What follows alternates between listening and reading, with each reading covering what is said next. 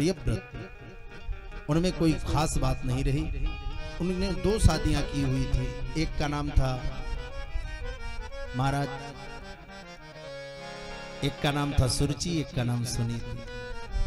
सुनीति से ध्रुव जी महाराज और सुरुचि से उत्तम का जन्म हुआ था। ध्रुव बड़े छोटे थे, बड़ी छोटी सी अवस्था में वो पिता के द्वारा प्रताड़ित हुए और 5 वर्ष की आयु में भगवान को प्राप्त कर लिया। परीक्षित जी के होश उड़ गए। कहा महाराज 5 वर्ष का बच्चा सही से भोजन नहीं ले सकता, भगवान को प्राप्त कर लिया। हाँ काहे? कहा मूकम करोति वाचालं पंगुम लंघयते तम कृपा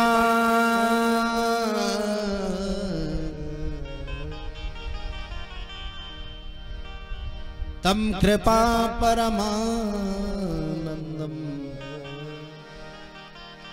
महाराज मूकम करोति वाचालं, गोस्वामी कहते हैं मूक होई वाचाल पंगु चढ़े गिरिवर गहन जासु कृपा सो दयाल करहु सकल मरिदन मयन। भगवान की कृपा हो जाए तो महाराज अवस्था व्यवस्था कुछ भी देखने की आवश्यकता नहीं पड़ती। छोटी सी अवस्था में ध्रुव जी को भगवान की प्राप्ति हुई। कैसे? माँ से कहा पिता की गोदी में बैठेंगे। पिता की गोदी में गए तो विमाता सुरुचि ने उतार करके बाहर कर दिया। ना तुम नहीं बैठ सकते। आए माँ से बताए रोते हुए। माँ ने कहा पिता की गोदी में बैठना है। हाँ। कहा परम पिता की गोदी में बैठ। परम पिता कौन है? जो इन जैसे पिता के भी पिता। कहाँ मिलेंगे? तपस्या से मिलेंगे। कहाँ मिलेंगे? तपस्या कहाँ की जाए? जंगल में। जंगल में गए। नारद बाबा ने मंत्र दे दिया, ओम नमो भगवते वासुदेवाय।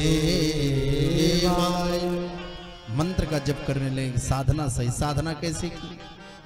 कहा तिरात्रांते तिरात्रांते कपित्थ बदरासन। 3-3 रात्रि के अंतराल में कैथे और बैर का फल खाते।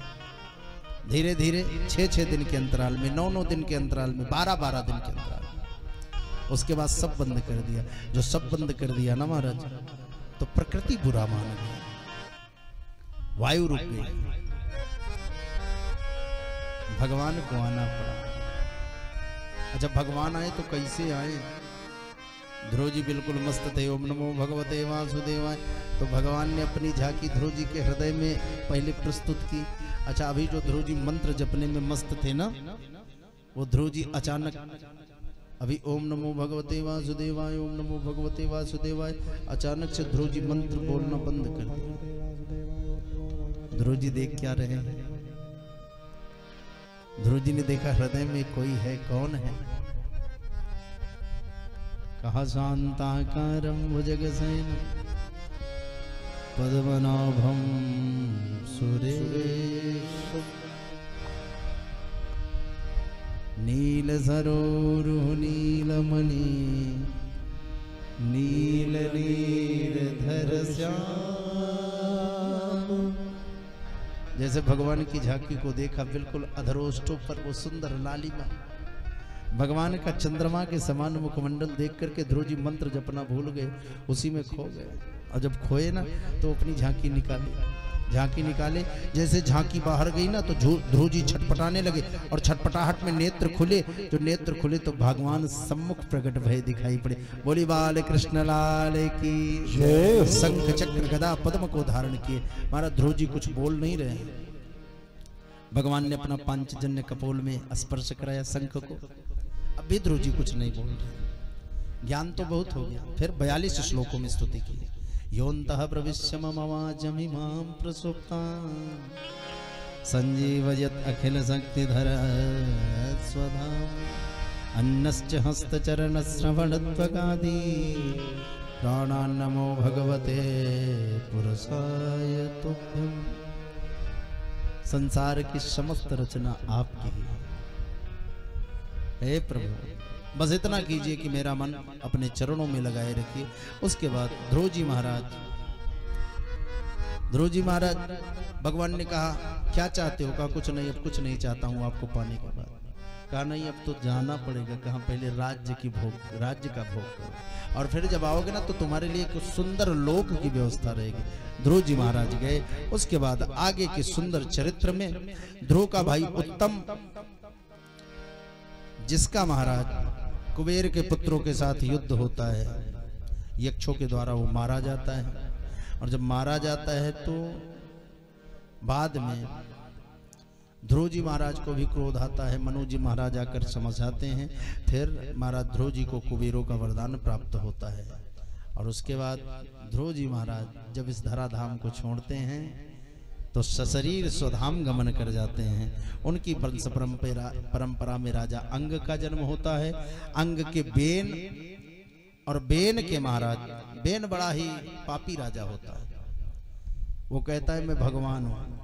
अच्छा, इंसान जब तक लोग नहीं ठीक रहता, इंसान से भगवान जैसे बना तैसे सत्यानाश हो जाता है। जैसे ही वो भगवान बने तो क्या किया महात्माओं ने, फूंक मारी तो बांसुरी, बेन माने बांसुरी, फट गया। उसका शरीर तेल में रखा गया, घिसा गया तो एक काला कलूटा व्यक्ति निकला। उसे कहा निषीद। निषीद से ही निषाद की उत्पत्ति हो गई। दाहिनी भुजा से महाराज पृथु, बाई भुजा से अर्ची। बोले पृथु जी महाराज की जय हो। ये भी भगवान के अवतार हैं। महाराज पृथु महाराज के समय से ही पृथ्वी में अन्न दोहन का कार्यक्रम प्रारंभ होता है। इन्होंने 100 यज्ञ किए थे, 199 अश्वमेध यज्ञ किए थे। 100वें में इंद्र इनका घोड़ा चुरा ले गया था। भगवान स्वयं आए थे। महाराज इनकी वंश परंपरा में आगे बढ़ते हुए प्रचेताओं का जन्म होता है।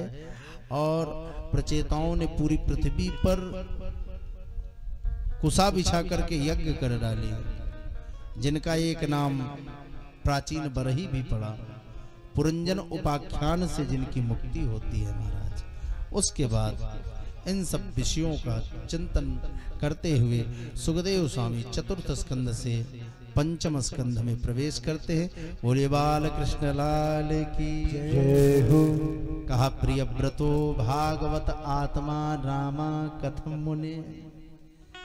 दो भाई है ना, एक प्रियव्रत एक उत्तानपाद। तो कहा जैसे ये इनके भाई दूसरे जो प्रियव्रत थे उन्होंने तपस्या की और तपस्या करके भगवान से कहा रात्रि समाप्त कर दो। कहा 100 साल की अवस्था में 50 साल रात्रि 50 साल दिन, तो 50 तो व्यर्थ ही चले जाते हैं। तो कहा ऐसा नहीं होगा। रात्रि काहे लिए होती है? कहा सोने के लिए। सोने के लिए नहीं होती, रात्रि योग के लिए होती है, मिलन के लिए होती है। भगवान से मिलने के लिए शांति चाहिए और रात में आप किसी को शांत कराने की आवश्यकता नहीं होती, अपने आप ही शांति बन जाती है। महाराज इनकी वंश परंपरा चली, ऋषभ इत्यादि इनका अवतरण हुआ। आगे पंचम स्कंद में भूगोल खगोल इनकी सबकी व्याख्या करते हुए नरकों का वर्णन करते हैं। अब जब नरकों का वर्णन सुनाया था, रौरो, महारौरो, कुंभीपाक, शुकर्मक, सूचीमुख, जब नरकों का नाम लिया ना तो परीक्षित जी ने कहा भैया बस कथा यहीं समाप्त कर दीजिए। काहे?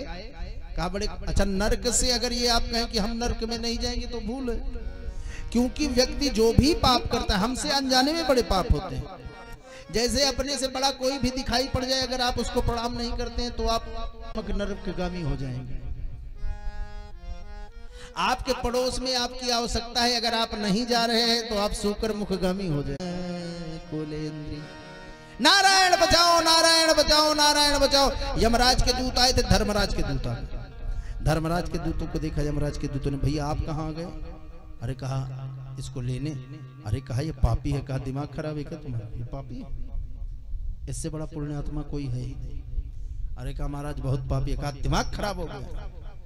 क्यों?